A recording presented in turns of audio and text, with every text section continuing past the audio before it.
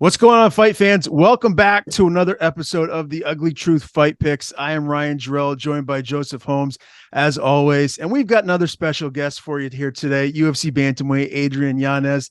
Guys, I'm excited for this weekend's card. Another big one. It's UFC 289 and headlined by Amanda Nunes and Irene Aldana for the title. Adrian, we appreciate the time, man. How you doing? Man, I'm doing great, man. Living life right now, man. And man, I'm really excited for this pay-per-view card, man. We finally get the Charles Oliveira versus Beneil Dariush fight, and I've like, it's one of those that I'm finally happy it's happening, but at the same time, I'm just like, damn it, Dariush should have had the title shot a long time ago. Yeah, very well said. This guy has been around for a very long time now, and he's got this big fight with Charles. That's your co-main event. Guys, we're going to start with the main event. Amanda Nunes, Irene Aldana. Nunes, heavy favorite, not surprising, minus 325. Aldana, plus 250. Adrian, you are our guest, so we're going to start with you, my man. How do you see this title fight shaking out? Who do you think gets their hand raised? Man, it's closer than what the odds think than what the odds are saying, but I understand why, because Amanda Nunes has just been starching and just been showing her levels in these past couple fights. You know, she had a slip up with the Juliana Pena fight, but came back way better, way more composed in her next fight and put on a master class against Pena. So I can see why. Definitely she's gotten so much better as progressively as she's continued to fight. And you don't, it's weird because nowadays you see it happening more often, but back in the day you see champs kind of stagnate, but now every champ has like leveled up and continue to level up, and Nunes is no different. But I am a big just like my mom, like I'm very big into like Hispanic and Mexican fighters and all that stuff. So I'm a big fan of Aldana, and I really hope that she's improved in their years. Because in her last fight against Macy Chiasson, she was kind of on her back a little bit too much, and I'm like, if Nunes decides to start taking the shots and start trying to put on her back, then I feel like that's going to be a really big problem. But man, the part where I'm going to be like really watching and really tuning in is in the hands, because Irene Aldana has some great boxing, and Nunes, her hands are really good too, and she also has the low leg kicks that have been able to hurt girls. So, man, my mom's gonna hate me for this one. You know what? I'm not gonna disappoint my mom. I'm gonna go Aldana. Okay, you're going with the upset. So that'd be some real dog money right there. Plus 250. It's even bigger than that on some sites, depending on where you're betting. Joseph, do you feel like this is an upset opportunity for Aldana, or are you going with the lioness? Yeah, no, I don't think I mean, I think she obviously has a chance. Like Adrian said, her hands are great, but that's where Nunes thrives. Like Nunes, her forward pressure, her hands is going to be key to this fight. It's going to have Aldana constantly going backwards. Nunes is just too good, man. I got Nunes winning the second round knockout. Okay. You know what's interesting about this, guys? Looking at the tail of the tape, they're both the same age. They're both 35 years old. You know, I wonder at some point you see athletes when they get a little bit, older, not to say that 35 is old, but, if you don't have as much wear and tear on your body, you can get a little bit better and you can stick around a little bit longer. And Nunes she's got a lot more, cage time, a lot more fights than Aldana. I wonder if that's going to be a factor here. Someone that's been around for a long time has many more fights. Adrian, do you think that could be an issue? Like maybe Amanda is on the decline compared to where Aldana is still climbing? Yeah, there's some plus and negative on both sides. Nunes, it kind of took her a fight to kind of like, whenever it came to the Pena fight, she realized that she couldn't put her down and finish her in that first fight, and ended up like kind of working against her. She blew her water really, really early against Pena, and then right after that second round, she was tired. She was tired. She was wearing it. Pena took her down, submitted her. But that next fight looked like she had learned and be like, all right, I can't take anybody for granted. And then that you see the whole fight just change, from one fight to the next fight. So I think in veteran aspect, I feel like she's been in there with some of the best girls in the world that I feel like it's not too big of a factor. But when you look at someone like Aldana, like and you look at her hands, you get a little bit of like a slowdown from Nunes. She has to be on her A game throughout the whole fight, and you got someone like Aldana that has like a nice little step back check hook. You get a little bit too crazy, starts trying to headhunt like how she did in that first Pena fight, then there's going to be some problems. But if she takes that same mental approach that she did against the second time she fought Pena, then I feel like it's in her, like, and I feel like it's better for her to take that approach instead of just being like, oh, I can walk across the cage and knock her out. I'm the best female fighter in the world.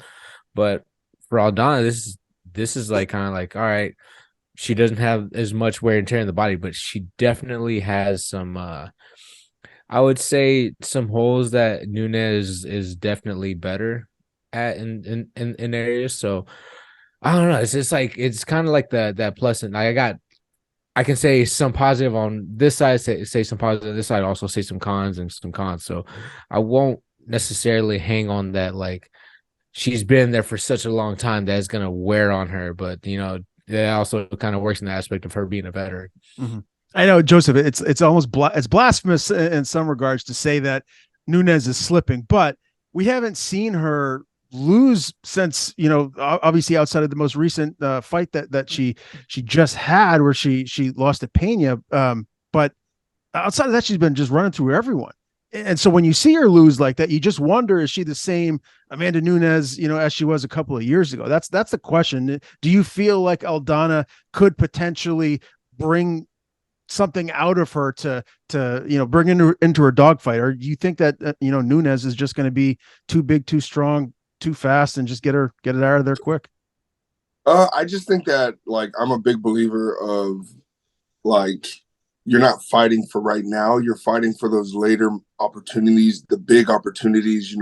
She's fighting for later when she's having to, like, really put it on the line and, like, have a war, you know what I mean? So all of her fights, she's getting better and better, and she's just running through all these women, and there's one woman who's right there with her with, like, the best in that division, and that's Pena, excuse me. So no, I don't think this girl can beat Nunes. I think she's too good. I think she has too much experience, and no, I don't see it. I don't see it happening. Okay. Yeah, fair enough. Well, look, a lot of people crown Amanda the GOAT of women's MMA, and rightfully so. We'll see she gets it done here against a veteran game fighter in Irene Aldana. The co-main event, guys, I'm equally as excited about. Adrian, you talked about it as we started the show. Charles Oliveira, Beneil Dariush. I'm surprised about the odds, though. Beneil is the favorite, -145. Oliveira's the dog, +125. Joseph, how do you see this co-main event lightweight bout playing out? Oh, man, I feel like Oliveira hasn't necessarily been getting better his last few fights I've seen him. I feel like you're seeing, like, the same Oliveira in these fights. Man, I'm worried for him because Beneil is no slouch at all, and he's been around for a very long time, like you said before. So, I actually think that Beneil has a chance of taking this fight. It could be his time. And unfortunately, Oliveira, to me, hasn't looked phenomenal lately. I feel like he's not declining, but he's not, like, going up. He's kind of just like the same guy. So, like, people are starting to, know how to handle him. So I feel like Beneil has a shot right now, and it might be his time. Adrian, what are you thinking here? Man, honestly, if just looking at Oliveira's just like line of work and his like schedule as of late, I'm just like, he's only fought like the guys who've been in the UFC for legitimately, like, it's crazy, forever, and like the guys who've been in the top 5 for the longest time. But it does kind of like, not saying that Beneil is a step back, but I think I'm not sure exactly where his rankings at, but this kind of almost is a little bit of a step back considering the rankings and like the bigger names, because as big of like Beneil Dariush is like a win streak he is, he's like the name value is just not there, and I understand why it's taking him so long to even try to get to a title shot. But like you got like Dustin Poirier, Justin Gaethje, who else? Michael Chandler, Islam Makhachev, just those guys right there itself. Like, and it's like Tony Ferguson, like, Kevin Lee. I mean, yeah, she's exactly. the best of the best. I don't have like I don't have the list in front of me right now, but I'm like, yeah, that's like he's fought a who's who, and he's fought a who's who for the longest. Like he fought the champ Max Holloway, Anthony Pettis, like a lot of guys. So I'm like, I get it. Same, like he's had the same type of style, but like he just lost to like the best lightweight in the world in Islam Makhachev, and there's no foul in that because nobody wanted to take the fight against him, and I get it. I get it. He has phenomenal stand up. He has really great stand up, and his jiu-jitsu is really, really slick, super slick. But man, the guy who has power in his hands and also doesn't mind going to the ground with you, and Beneil Dariush, man, it's gonna make for a fun matchup. And Beneil's riding super high, especially his last fight with Gamrot. Man, that fight itself, honestly, wasn't like absolutely impressed me with how good Beneil Dariush was and is. So. Man, I don't know who to pick in that one, but I'm leaning towards Beneil Dariush just for me, I'm looking at that fight and I'm just like, I hope Beneil wins because I want him to get the title shot because he's been like slowly hasn't talked shit, hasn't done any of that. He's just been fighting and fighting whoever they put in front of him, saying, I'm not gonna like talk shit for a shot. I'm just gonna work my way there. And I love that. I love both fighters, so it's kind of like I look at both, I'm like, that it sucks to see them fight, but you know what? Like, I'm glad it's happening because it's like me looking at this. I just can't wait to see if they take it to the ground. See how those grappling exchanges are going to be. See what type of style Beneil is going to take in the fight. Because you already know what Charles Oliveira is going to do. He's going to he's going to walk forward, everything up the middle. Doesn't care if you come back at him because he's like, all right, cool. You take me down. You put me right where I want to be. So. This fight right here to me is like I have that start and I'm like I can't wait to see this fight. Official prediction. Ooh, you know what? Third round stoppage, Beneil Dariush. Joseph. I was gonna say something along the way, but more like fourth round TKO, something like that. Maybe catches them ground and pounds right there in the fourth. I see. And you're going with Dariush as well. Wow. Dariush also. I hate to say it, but yeah. Okay. Well, that's your co-main event, guys. I cannot wait for that. The rest of the UFC lightweight division is going to be watching very, very closely there on that fight. Mike Malott, Adam Fugitt is up next. Malott is your favorite, the hometown guy, -205. Fugitt +175 as the dog. Adrian, do you feel like Mike Malott is going to stand out in front of his hometown Canadian fans, or do you feel like Fugitt can come in there and spring the upset? Man, honestly, I want Mike Malott to go out there and like get a stoppage just because it's like in front of his hometown, like, and I always love that like you bring somebody to their hometown, they come in there, you go out there and you get the win.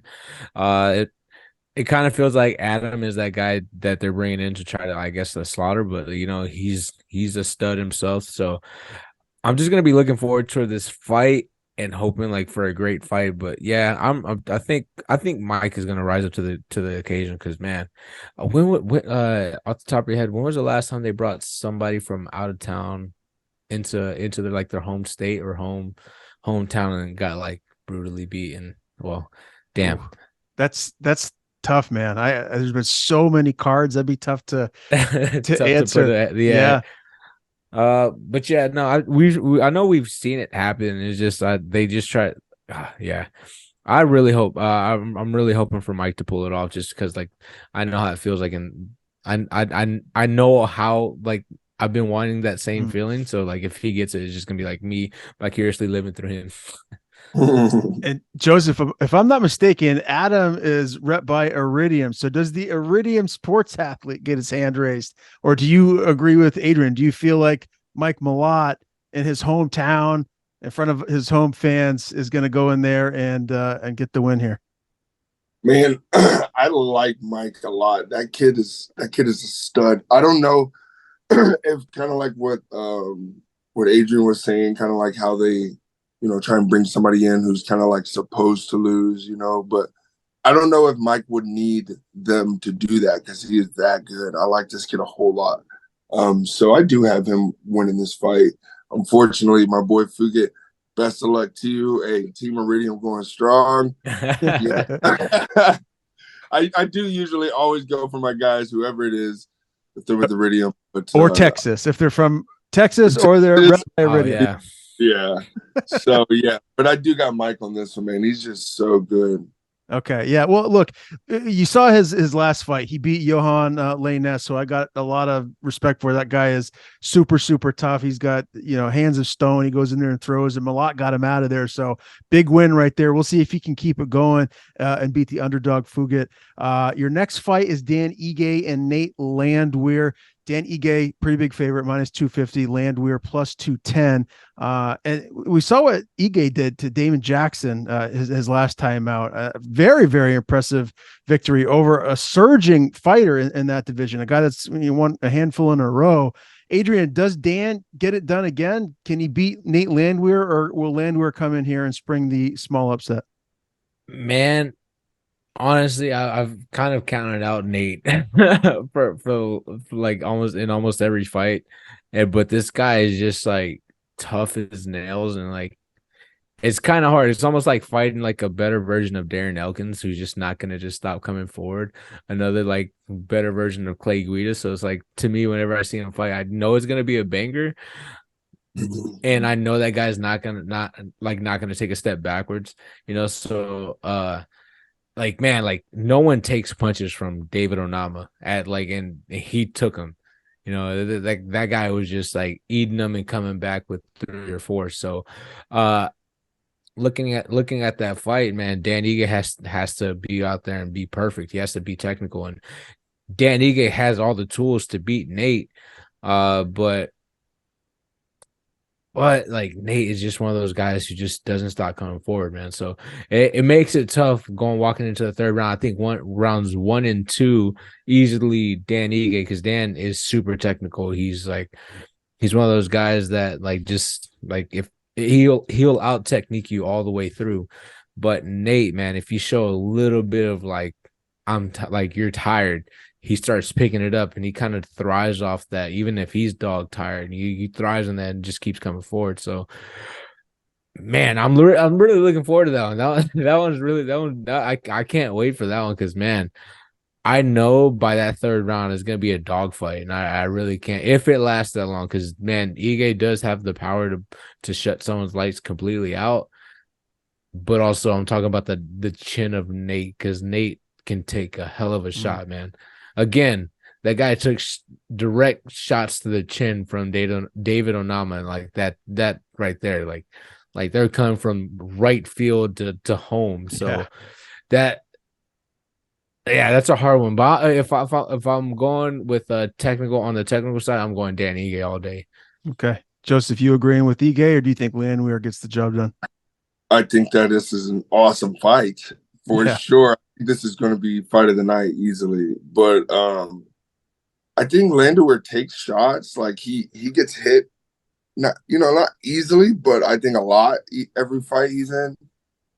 Just like how he's pointing out, he took shots from Onama, but he also fought my boy Austin Lingo recently, and Austin hits like a Mack truck as well, and Nate just ate those shots. So I think that we know he has a chin, but there's also that chance that you get hit just in that right spot. And Ige is the kind of guy that's gonna, can do that. He can find where he needs to hit you, can find how to hit you, but Landwehr's pressure and relentlessness, like, makes it kind of difficult, I would imagine.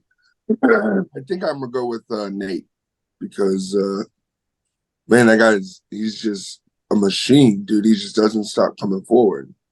All right. Well, very well could be fight of the night, guys. Nate Landwehr, Dan Ige, featherweight bout. Joseph, I'm going to stick with you here on this next one first because it is a middleweight bout. Eryk Anders, Marc-Andre, Barriault. Barriault is your favorite here. Minus 140 is what I'm seeing on Bovada right now. Eryk Anders plus 115. Do you feel like the dog Anders gets the win, or are you going with the favorite Barriault? I can see my boy Anders pulling this off. I love that guy. He's such a down-to-earth guy, but very about his business. And he puts in the work, man.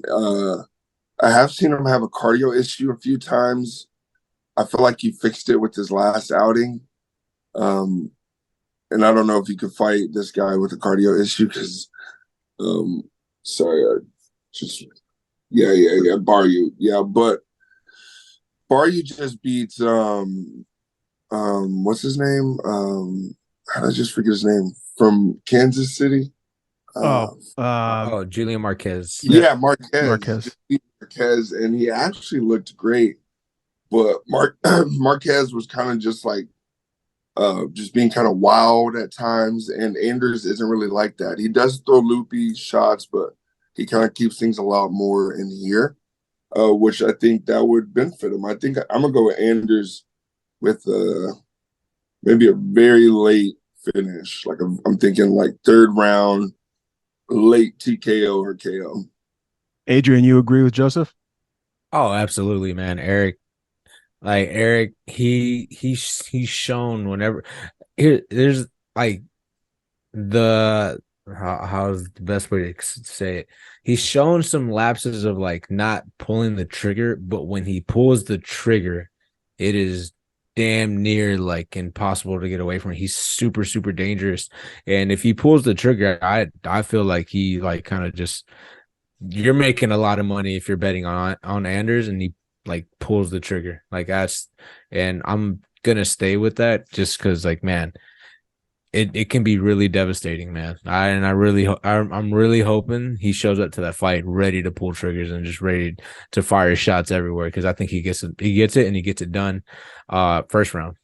Wow. Okay. Well, that's a really intriguing fight right there. We know Anders is a great athlete, former Alabama football star there in college. So we'll see if he can make it 2 in a row here and get the win, the small upset over Marc-Andre Barriault. We're going to stay in the middleweight division, guys. Chris Curtis, Nassourdine, Imavov. Oh my goodness. If Dan Ige, Nate Landwehr isn't fight of the night, this might be my second choice right here. And right now, Imavov is the favorite, minus 150.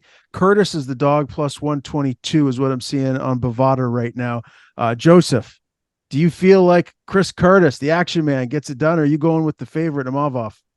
Oh no, dude, my man Chris Curtis, dude. His last show, even though he didn't get the win, man, he looked so good. And Chris, even though he doesn't have the biggest name, I feel like he's just now kind of coming on the scene. He's been around a long time. That guy has a lot of experience. I think Chris Curtis wins this fight. I think he can get a knockout here. I think he got a lot of time in with gassing him on his last fight. And I know for a fact the kind of guy he is, he got better from that. Like, so I see him putting it all together, getting a knockout this fight, second round knockout. And obviously Chris Curtis is Sean Strickland's main training partner. I can't even imagine what it's like sparring with Sean Strickland. That's a story for another day. It's got to make Chris Curtis that much more dangerous in the cage. That's for sure. Adrian, how do you see this fight going?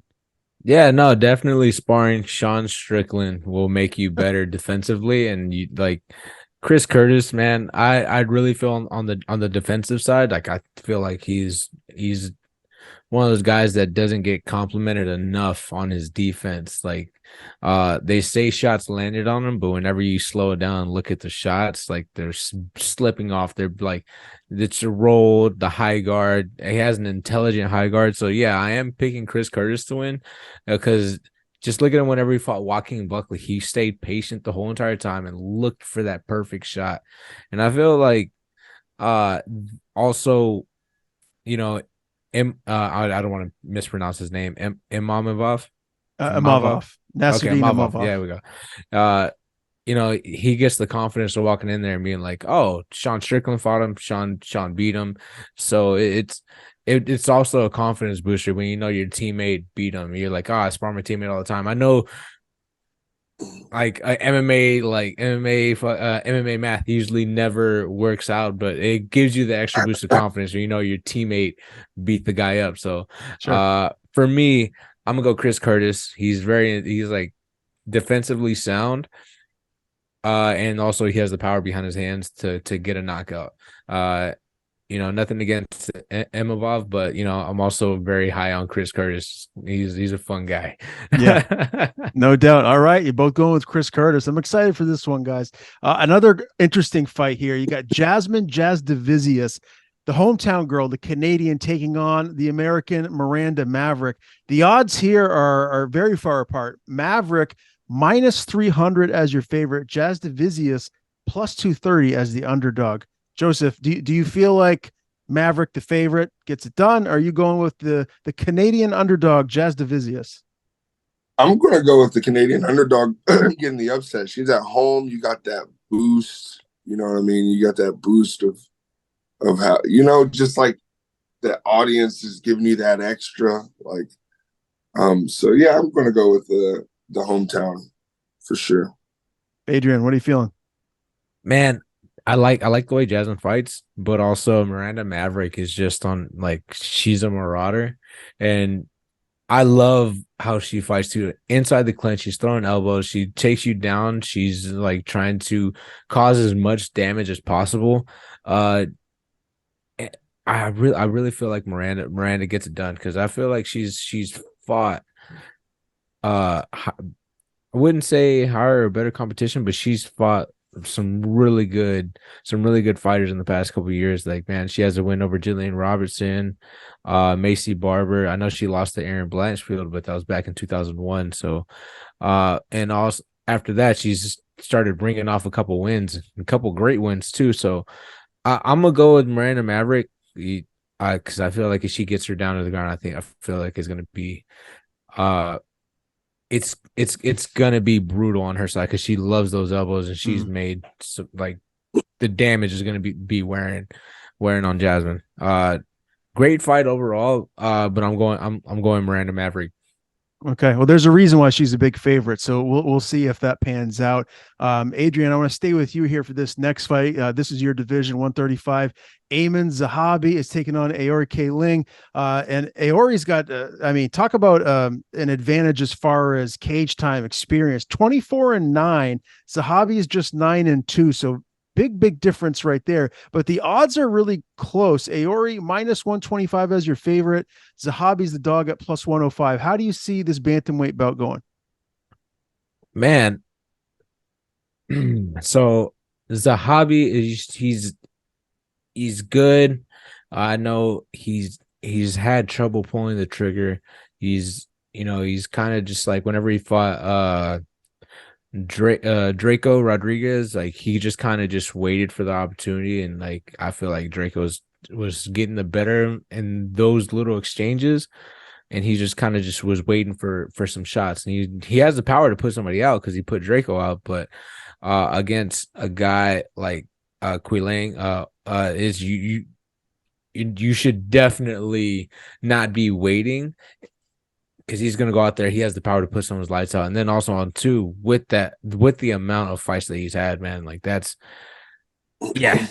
It's like, it's especially whenever you get a fighter who's like really like, who's a veteran of the sport and knows what he wants to do. Like, you can't be waiting on those guys. Those guys definitely will start ringing off. And as soon as they get a rhythm going, it's hard to come back from that. And yeah, I'm gonna go with Quilang. I think he's gonna go out there, and if he gets started fast, I feel like Zahabi's never gonna catch up. So yeah, I'm going Quilang. Okay, Adrian's going Quilang. AORI, Joseph, you feeling the same way?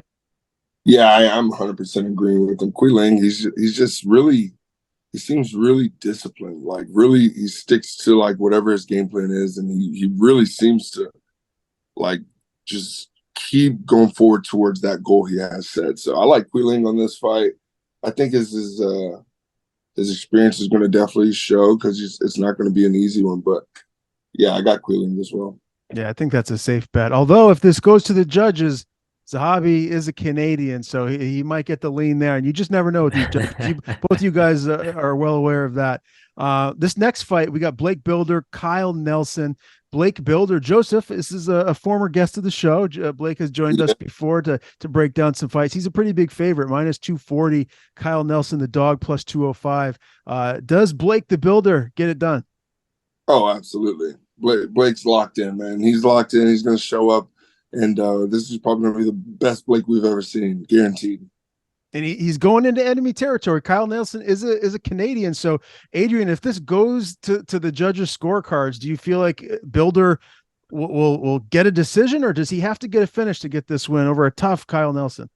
Man, so it's funny you say that because I was just thinking about a fight with the hometown guy. I was telling it was a Texas fight. I think it was Derek Lewis versus I can't remember. I think it might have been Ilir Latifi.